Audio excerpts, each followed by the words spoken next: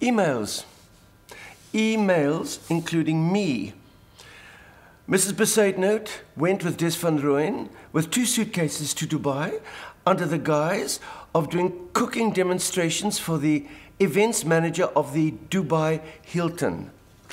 Have you ever heard such nonsense? Tony Gupta accompanied a certain Mrs. Bezuidenhout to Singapore, where Sahara Computers paid for her facelift and toe realignment. Nee, machtig. Fake news.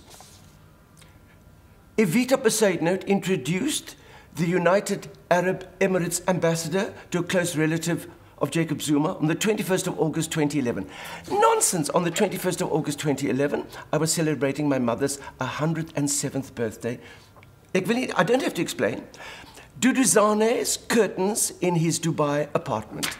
He didn't want curtains, he wanted shutters. Ach nee, machtig. Oh God, dat maakt me so die hel. And don't forget this one.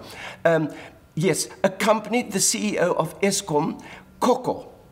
Was dit zijn naam? Is dit voor Molefe? Accompanied him to the Oberoi Hotel in Dubai and paid for his room service. Mense, we have to be so careful. I'm so tired of all this news. I'm so tired of all these people. Do you know in Afrikaans we've got a very good word for it? Harde gat. Nee, ek is jammer. It's a rude word. I'm sorry. I apologize, but I don't. Because it explains a lot. I can't translate it into English because it sounds worse. So Google it. Harde gat. There's another word, 2 words in Afrikaans. Dom as strand, which means stupid, arrogant.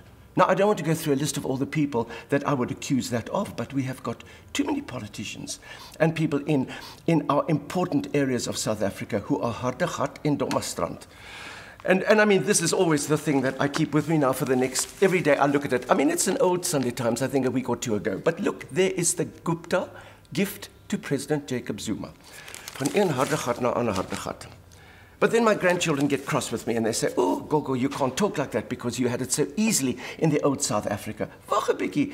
Ons het ook harde gat mense gehad, dom as strande mense, but nobody knew about it because we controlled everything. You see, that's the secret of success. You control the media. You don't have social media. You don't have tweets and Twitters and Helen Zillers in baths making a mockery of everything. But I must be careful what I say about Helen because I'm upset about what's happening to her.